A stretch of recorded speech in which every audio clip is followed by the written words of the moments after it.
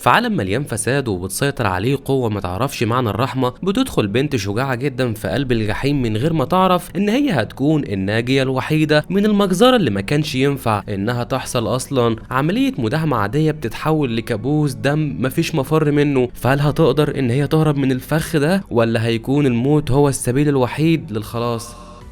بتبدأ أحداث فيلمنا مع الاتنين دول، دايلا وألفريز، وهما بيحققوا مع تاجر مخدرات متوسط اسمه تبيان علشان يعرفوا منه مكان تاجر المخدرات والظالم الكبير بيجي، واللي بنعرف عنه إن هو شخص خطير جدا ومحدش قادر إن هو يمسكه علشان في ناس مسؤولة بتشتغل معاه وبيبلغوه بأي مداهمة هتحصل عليه. وبيبقى ديلا متضايق جدا وبيفضل يضرب في تبيان علشان يعترف. فبيتكلم ألفريز مع تبيان وبيوعده إن هو هيحميه من بيجي ورجاله لو ساعدهم وقال على كل اللي يعرفه. بس واضح ان تبيان مش حابب ان هو يتعاون مع الحكومة لانه مش بيثق ابدا فيهم وبيحاول يضللهم خالص. بس اللي ما يعرفوش انه مش هيقدر يعمل معاهم كده نهائي لان المعلومات معاهم اول باول. وبيهددوا ديلا بانه هيجيب مراته وهيجبره على الكلام. فبيخاف تبيان على مراته وبيقرر ان هو يعترف بكل اللي يعرفه وبيقول لهم انا ما اعرفش بيجي مستخبي فين، لكن كل اللي اقدر اعمله ان اطلعه من المخبأ بتاعه. فبيوافقوا الاتنين على كلامه وبيقعدوا معاه علشان يعرفوا كل التفاصيل. وعلى الجهة التانية بنيجي لفريق مكافحة المخدرات مع العميلة نينا، وهي بتتدرب مع باقي الفريق بتاعها على القتال. وبيقف قائد الفريق بتاعها لاكسون بيراقب كل التدريبات بتاعتهم لانه عاوزهم فرقة على اعلى مستوى علشان لو دخلوا في اي مهمة يخلصوا عليها. ولكن نينا بتتصرف بشكل غلط في الوقت بتاع التدريب وبتخالف التعليمات بتاعة لاكسون. فبيتضايق جدا من تصرفاتها ويتعصب علشان تصرفاتها دي ممكن تعرض الفريق كله للخطر. وبيقول لها ان هي والفريق بتاعها لازم يكونوا ايد واحدة وحركتهم في اتجاه برضو واحد. ولكن نينا بتبقى عندها رأي تاني وبتقوله ان اي شخص بيتبع الاوامر بيموت. فبيتعصب اكتر بسبب كلامها وبيمسك المسدس اللي بيتدربوا بيه وبيضربها طلقة في حزام الامان علشان يأكد لها كلامه. وبيقول لها لاكسون ان ده اللي هيحصل فيها لو قررت ان هي تمشي بدماغها وما اهتمتش بامر فريقها وبيسيبها ويمشي. يا ترى ليه نينا بتعمل كده وبتخالف الاوامر؟ خليكم معانا علشان هنعرف السبب. بعدها بيروح لاكسون علشان يتكلم مع نينا وبيعرفها ان مفيش شخص بيعرف يقاتل لوحده. وبنعرف وقتها ان نينا كانت في فرقة تانية وكانوا داخلين مهمة، وبسبب اتباعهم لاوامر القائد بتاعهم ديلا الفريق كله اتقتل. نينا بس هي اللي نجت،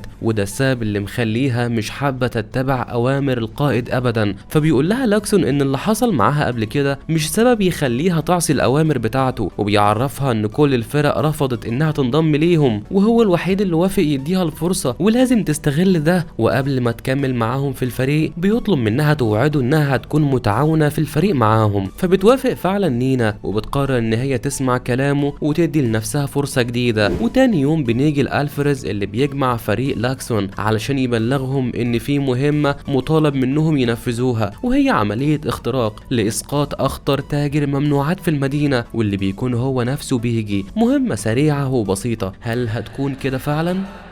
بيقول لهم ان بيجي والمساعد بتاعه تشو من اكبر تجار المخدرات اللي صعب يتمسكوا، وده علشان عندهم جواسيس بتوصل لهم كل الاخبار، والجواسيس دول اشخاص مسؤولين ومحدش يعرف هم مين. بيديهم ألفريز بيانات تبيان وبيقول لهم ان هو ده اللي هيساعدهم علشان يعرفوا المكان اللي تشو وبيجي مستخبيين فيه. وبيقول لهم ان تبيان تاجر مخدرات متوسط على قده وبيتعاون معاهم، ولما اتقبض عليه قرروا ان هم يخلوه يتعاون معاهم. وفي نفس الوقت بيوصل ديلا وبيعرفهم ألفريز ان ديلا هو اللي هيقود المهمة دي وبيعرفهم على بعض. لكن نينا بتبقى متضايقة جدا لان كان القائد بتاعها في المهمة اللي فاتت وبسبب اتباع اوامره الفريق بتاعها كله انقتل. وبيبدأ ديلا يشرح لهم الخطة اللي هتمشي ازاي والاماكن والتقسيمات بتاعتهم. بعدها بيجهزوا ديلا بجهاز التنصت اللي بيسمعوا من خلاله كل اللي هيحصل بين تبيان والشخص اللي هيقابله. وبالليل بيروح تبيان على المكان اللي بيجي قاله عليه وكل الفريق بيبقى موجود قريب منه، لكن متنكرين علشان محدش يحس بيهم. وبيفضلوا على هذا الوضع شوية لحد ما بيجي بيكلم تبيان وبيقول له انه وصل له معلومات ان رجالة الشرطة بتراقب كل اللي بيحصل، لكن تبيان بينفي الكلام ده وبيقول له مستحيل حاجة من دي تحصل وعاوز ان هو ينفذ المهمة النهاردة. فبيقول له بيجي ان هو موافق بس هيغيروا مكان التسليم وبيوافق. وقبل ما يتحرك تبيان، ديلا بيجمع الفريق كله وبيبلغهم على المكان اللي هيروحوا عليه وبيقول لهم يعملوا ايه بالظبط، لان المكان الجديد هو الحي اللي بيجي مختبئ فيه، وبمجرد دخولهم المكان ده هيبقى فيه خطر كبير. وبيتحرك تبيان مع ديلا وكام واحد من الفريق على اساس ان هم رجالته، ونينا بتبقى متضايقه لان الوضع اتحول لخطر وممكن الفريق ده كمان يموت بسبب ديلا. لكن لاكسون بيقول لها انها ملهاش علاقه بكل اللي بيحصل، ولو حتى حصل اي حاجه مش هيبقى طبعا بذنبها. وبنيجي بقى لتبيان واللي بيوصل على الحي اللي هيتم فيه تسليم البضاعه، وبيدخل الفريق هو كمان متخفيين في الازقه علشان محدش يشوفهم، ولو حسوا باي خطر مطلوب منهم يتصلوا بفرقه التدخل السريع علشان تساعدهم لان عددهم مش هيكون كافي للمواجهه. وبيظهر تشو وبيقابل تبيان واللي معاه وبيفتشوهم قبل الدخول وبيشغلوا اجهزه التشويش علشان الشبكه تقف في كل التليفونات، وبكده لاكسون مش هيقدر يتصل بالفريق بتاع التدخل السريع. ولكن لاكسون لسه معرفش، وبكده المهمه بتبقى اصعب واصعب. يا ترى ايه بقى اللي ممكن يحصل؟ بعدها بنرجع للاكسون والفريق وهم ماشيين في الزقاق علشان يوصلوا للمكان اللي هيتمركزوا فيه، وبيمسكوا اي حد يجي في السكه يكتفوه علشان ما يلحقش يبلغ عنهم. وبيتمركز لاكسون والفريق في المكان اللي ديلا محدده علشان محدش ياخد باله منهم. وبيتكلم تشو مع تبيان لانه شاكك فيه وبيقول له ان هو سمع بانه تعاون مع الشرطه في القبض عليهم، لكن تبيان بينكر وبيعرفهم ان هو ما جرأش يعمل حاجه زي كده ابدا. وبيحس لاكسون واللي معاه بخطر وبيطلعوا التليفون علشان يطلبوا قوات الدعم السريع، بس بيتصدموا ان مفيش شبكه اساسا في التليفون بسبب التشويش اللي بيحصل. يا ترى بقى ايه اللي ممكن يحصل معاهم وهيعملوا ايه في وضع زي ده؟ وبيحس واحد من الفريق اسمه ياكتو ان في حد بيقرب للمكان اللي هم فيه وبيلاقي طفل صغير وبيحاول يكتفه زي اللي قبله علشان محدش يحس بوجودهم، لكن الطفل بيخاف جدا وبيضربهم وبيطلع يجري. وبتطلب نينا من لاكسون انهم ينسحبوا من المكان بسرعه، بس لاكسون بيرفض طبعا وبيقول لها ان فرقه ديلا تطلع الاول ويطمنوا انهم كويسين وبعدها ينسحبوا. وبيقف واحد من رجاله الشو قدام المكان اللي لاكسون وباقي الفريق مستخبيين فيه، وفجاه بتنقلب المهمه راسا على عقب وبيتضح ان كل ده كان فخ ليهم من الاول. المنطقه كلها بتتقفل ومفيش اي اتصالات ولا عارفين يجيبوا الدعم، والفريق كله دخل في قتال مع رجاله العصابه وضرب النار في كل مكان بشكل مرعب. كل اهل المنطقه بيدوا انذار لباقي الناس علشان يستخبوا في البيوت ومحدش منهم يحمي لاكسون علشان كلهم بيكرهوا رجال الشرطه اكتر ما بيكرهوا رجاله العصابه. بعدها بيقدر تشو ورجالته انهم يمسكوا واحد من الفريق وبيفضلوا يضربوا فيه بدون اي رحمه، وتشو بيعلي صوته وبيطلب من الفريق انه يظهر والا هيقتلوا صديقهم، لكن ولا واحد فيهم بيظهر وبيفضلوا مستخبيين وبيقتلوا صاحبهم بقسوه وشراسه وكمان عنف. وبيقول لهم تشو انهم لو ظهروا واستسلموا مش هيقتل اي حد منهم، بس محدش بيصدقوا ابدا وبيرفضوا انهم يطلعوا من مكانهم. في نفس الوقت ده بيسمع صوت تليفون راجل عجوز من اهل المنطقه وبيتعصب عليه علشان يقفله، وبيهدد الفريق انه لو ما ظهرش هيقتل العجوز ده كمان. وبرضه مش بيرضوا يطلعوا علشان لو حد منهم طلع هينقتل، فبيقتلوا العجوز من غير اي رحمه. ولما بيمشي تشو اللي معاه بيجري اهل العجوز ده عليه وبيزعلوا عليه جدا، واخو العجوز واللي بيكون اسمه سالمون بيطلع السلاح وبيقرر ان هو ينتقم لان ده تاني شخص ينقتل من عيلته. هل هيقدر بقى يعمل كده ويبقى شجاع ولا هيخاف منهم زي اهل الحي؟ بعدها بيتكلم ياكتو مع الفريق بتاعه علشان عاوز خطه ينقذ بيها فريق ديلا، لكن لاكسون بيبقى شاكك انهم خلاص اتقتلوا وبيبقوا عاوزين يتاكدوا قبل ما يحطوا اي خطه للهروب. لكن لاكسون بيبقى عنده راي تاني وهو انه يلاقي مخرج للهروب، خصوصا انهم مش عارفين يستنجدوا بالقوات. ولكن مع كل خطوه بيبدا الفريق في الانهيار بسبب ان في خاين بينهم والدم بيملي كل الارصفه، وقرارات مصيريه في وسط فوضى مش بترحم. وبتتصاب واحده من فريق لاكسون وبتقع على الارض وبتحاول انها تبعد من المكان ولكن مش بتقدر، وبتفضل نينا تقاوم وتضرب نار على رجاله تشو واللي بيكون عددهم كتير جدا بالرغم من العدد الكبير اللي اتقتل منهم. فلاكسون بيتعصب عليها وبيقول لها ان عندها في المواجهه ده اللي هيتسبب في قتلها وبياخدها ويمشي. وبتتفاجئ نينا بوجود ديلا قدامها وبيبقى سليم مش مصاب رغم كل الطلقات بتاعه النار حواليهم. وبيقول لها ديلا ان هو والفريق بتاعه اتفرقوا عن بعض وما يعرفش عنهم اي حاجه، وانه اتصاب برصاصه في الحزام الواقي علشان كده ما تاثرش بيها. وبيطلب منها سلاح علشان يقاتل معاهم، لكن لاكسون بيعرفوا ان كل واحد معاه سلاحه بس، حتى الذخيره اللي معاهم انتهت. فبيعرفهم ديلا انهم لو رجعوا على المبنى ممكن يزودوا نفسهم بالذخيره لانه محتاج سلاح وعاوز يدور على الفريق بتاعه. لكن لاكسون بيعترض وبيقول له ان المكان ده خطر جامد ولازم يطلبوا الدعم بسرعه. فبيعرفهم ديلا انه اتصل فعلا بيهم وهيوصلوا قريب، وده بيخلي نينا تشك فيه لان اجهزه التشويش مغطيه على كل الشبكات ومحدش عارف يتكلم. بعدها بيروحوا على المبنى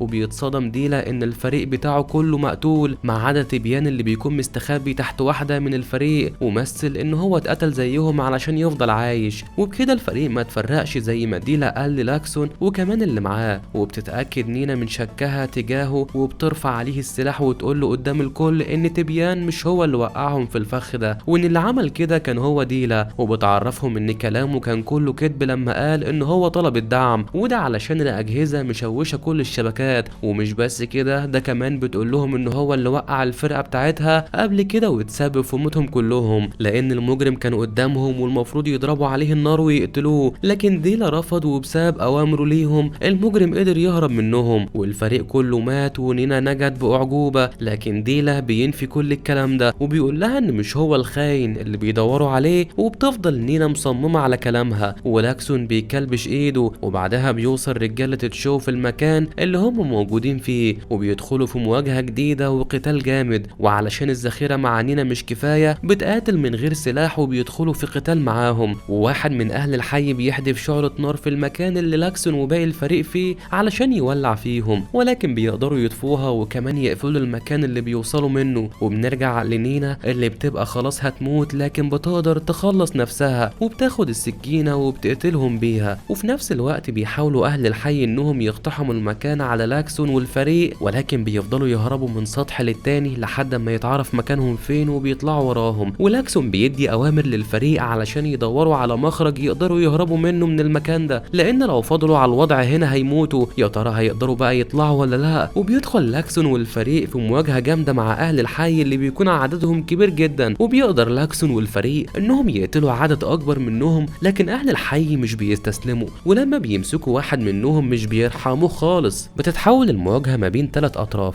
فريق لاكسون ورجاله العصابه واهل الحي، والمكان كله بيتدمر والدم والجثث بتملى المكان ده كله. وبيتصاب لاكسون في رجله ومش بيبقى قادر ان هو يمشي عليها تاني. فمراته واللي بتكون واحده من الفريق بتاعه بتساعده وبتطلب استغاثه من اهل الحي اللي مش حابين يتدخلوا في اللي بيحصل، لكن ولا واحد منهم بيوافق لانهم خايفين من تشو اللي معاه. وبيقرر لاكسون انهم يهربوا من الحي عن طريق الاسطح لان الفريق كله سقط واحد ورا التاني علشان ما بقاش فاضل غير لاكسون ومراته والاربعه التانيين. بعدها بيتم محاصره نينا وياكوتو من اهل الحي اللي بيبقوا عايزين يخلصوا عليهم. فبيقفوا الاتنين دول مرعوبين من النتيجه اللي مستنيينها بعد ما يتقاتلوا مع عدد كبير جدا زي ده. وبيحاول ياكوتو ان هو يحمي نفسه ويحمي نينا ويبعد اهل الحي اللي عاوزين يقتلوهم، وبيدخلوا في قتال شرس معاهم. وبيقدر ياكوتو ان هو يضرب كل اللي بيقرب منه، حتى نينا بتواجه بكل شجاعه ومش بتخاف منهم على الرغم من عددهم الكبير، وبتوقع عدد كبير برضه منهم على الارض. وفجاه بتنفجر اسلاك الكهرباء والمكان كله بيتحول لضلمه وياكوتو بيقع على الارض وقلبه بيقف. فبتخاف نينا جدا عليه وبتحاول ان هي تفوقه، وفعلا بتنجح ان هي تنقذه. وبيتحركوا مع بعض علشان يشوفوا مكان يطلعوا منه. وفي الوقت اللي ماشيين فيه بيعرفوا المكان اللي فيه لاكسون وبيطلعوا بسرعه علشان يبقوا مع بعض كلهم في مكان واحد. وبيبقى لاكسون مصاب ونايم على سطح البيت وبيبص على رجاله الشو وفجاه بيلاقوهم اختفوا. فبيحاول يركز كويس علشان يعرف هم راحوا لفين، وبيتفاجئ بطلقه ناريه بتصيب رقبته ومراته كمان بتتصاب بطلقتين وبتموت. فبتتدخل نينا وياكوتو وبيضربوا عليهم النار وبيبقوا لازم يهربوا بسرعه. لكن نينا مش بتبقى عاوزه تسيب لاكسون، ولكن لاكسون بيأمرها انها تمشي علشان حالته خلاص خطيره وهيموت وهي لازم تنقذ نفسها. وبيستغل ديلا الفرصه وبيجري منهم علشان يهرب لانهم لو قدروا يخرجوا من الحي ده هيتم القبض عليه ويتسجن. بس ياكوتو بيقدر يمسكه وتبيان ونينا بيحاصروه وبيتهموه بالخيانه وهروبه ده اللي بيأكد الكلام. وبتقف نينا تحاسبه على كل اللي عمله لانها عاوزاه يعترف بالحقيقه كلها وتعرف ليه عمل كده. فبيعترف ديلا ان هو عمل صفقه معاه في المهمه القديمه واخد مبلغ محترم مقابل ان هو يسيبه يهرب. لكن لما نينا فكرت تخالف الاوامر وتضرب نار خلت كل الفريق اتقتل. ومن غضب نينا بتقتل ديلا علشان تنتقم منه على كل اللي عمله، وفي نفس الوقت بيتم اطلاق النار عليهم من تشو ورجالته علشان يستسلموا، وبيطلع ياكوتو علشان يشتت انتباههم وبيبعدهم عن المكان اللي فيه نينا، لكن محدش منهم بيتحرك وبيبقوا عاوزين يولعوا في المكان، وبيطلع تبيان يوقفهم على اخر لحظة بس محدش بيسمع لكلامه ابدا، وبتخرج نينا هي كمان وبتحدف عربة النار عليهم وبتضرب طلقتين علشان تنفجر فيهم، والنار بتبقى في كل مكان وبيتأثر بيها مجموعة من رجالة تشو، والباقي بيدخل في مواجهة مع نينا وبتضرب ده وبتقتل ده وبتدمر ده وبتتحول لآلة تدمير لأي حد بيقف قدامها، وفي نفس الوقت بيتم مطاردة ياكوتو من رجالة تشو علشان يخلصوا عليه، ولكن ياكوتو بيقدر يستخبى وبيفضلوا وراه لحد ما يظهر ويضربوا عليه النار، بس مفيش أي حاجة بتأثر فيه علشان لابس حزام واقي وبيجري منهم بسرعة علشان يستخبى مرة تانية على أمل إن محدش يشوفه، لكن بيفشل وبيقدروا إنهم يلاقوه وبيفضلوا يضربوا عليه النار. وعلى الجهة التانية نينا بتدخل في مواجهة مع شخص وبيفضلوا يضربوا في بعض بشكل جامد، وبعد قتال عنيف جدا بتقدر إنها تخلص عليه، وبتتقابل نينا مع ياكوتو وبتطمن عليه لأنه مصاب، ولكن ده بيحاول إن هو يتماسك لأنه جامد وعنده قوة تحمل عالية، وبيوصل تبيان على المكان اللي هم فيه وكل أهل الحي والعصابة علشان يحاصروهم من كل حتة ويخلصوا عليهم، ولكن سولمان بيوقف كل أهل الحي وبيقول لهم إن انتقامهم حاليا من العصابة بسبب كل اللي عملوه، وبيتعصب تشو من رد فعل سولمان وبيدخل أهل الحي ضد العصابة في قتال شرس وكله بيقتل في كله، فبيستغل ياكوتو الموقف وبياخد نينا وتبيان وبيهربوا بسرعة من المكان، لكن بيطاردهم مجموعة من رجالة تشو وياكوتو بيهرب نينا وبيتصدى هو ليهم، بس عددهم بيكون كتير جدا عليه. يا ترى هل بقى هيقدر يتصدى ولا ايه؟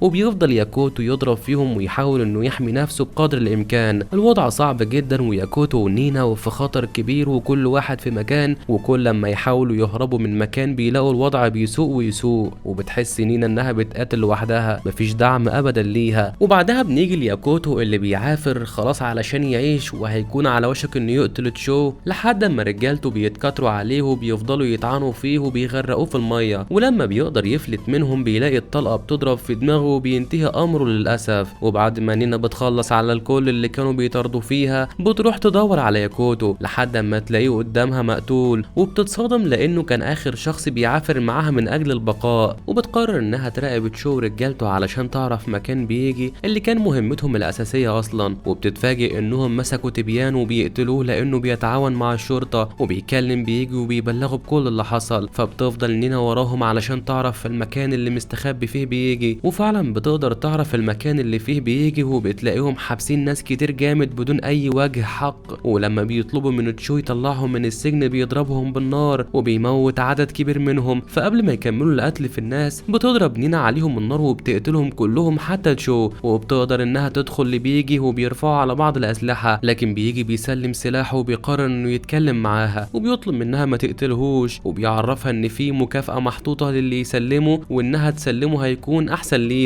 وبتبقى نينا متعصبة جدا لانه عمل ملحمة وقتل ناس كتير ما كانش ينفع ده يحصل، فبيعرفها ان هم اللي افتعلوا كل ده لانه كل مرة بيتم تسليم المخدرات فيها بيدفع للشرطة مبلغ علشان يسكتوا او علشان يبلغوه بميعاد الهجمة. وبتتصدم نينا لما بتعرف من بيجي ان الخاين اللي بلغهم بكل حاجة كان هو ألفريز، ومش بتبقى مصدقة لحد ما تسمع ألفريز وهو بيكلم بيجي وبيتفق معاه، ولكن بيجي مش بيعرف ألفريز ان نينا عرفت كل حاجة، وبيدخل بيجي في مواجهة شرسة معاها وبيوقعها على الارض، ولكن بتقوم تاني وتضربه وبتحط ازازة حادة على رقبته علشان تقدر تطلع من الحي ده بسلام وتسلمه للشرطة، وبتبقى هدف نينا من عدم قتله هو انه يعترف بكل حاجة في التحقيق، وكل اهل الحي بيتجمعوا ونينا بتطلب منهم يسيبوها تمشي وهي مش هتأذي حد منهم، ولانهم مضرورين جدا من وجود العصابة وسطهم بيسمحوا لنينا فعلا انها تطلع، واول لما تطلع بتلاقي ألفريز والقوات في انتظارها، فبتتفاجئ جدا لانها بتتمنى انها تواجهه بالكلام لكن بتقرر انها تستنى التحقيق، فيا ترى الموضوع خلص كده ولا ايه بالظبط؟ بتوصل مكالمة لألفريز من شخص مجهول بيطلب منه يخلص على نينا، وفعلا بيطلع سلاحه علشان يعمل كده، ولكن مين ده؟ نينا اصلا كانت متوقعة الخيانة وعرفت حقيقته، وبتاخد منه السلاح وبتخلص عليه هو وبيجي، وبتضرب طلقة في رجلها وبتقول ان بيجي قاومهم كلهم وهي قتلته، وبتنتهي المهمة بنجاة نينا هنا ومقتل كل فريقها من تاني. اللي قدم لكم الفيديو ده هو يوسف علي اللي هو انا يعني،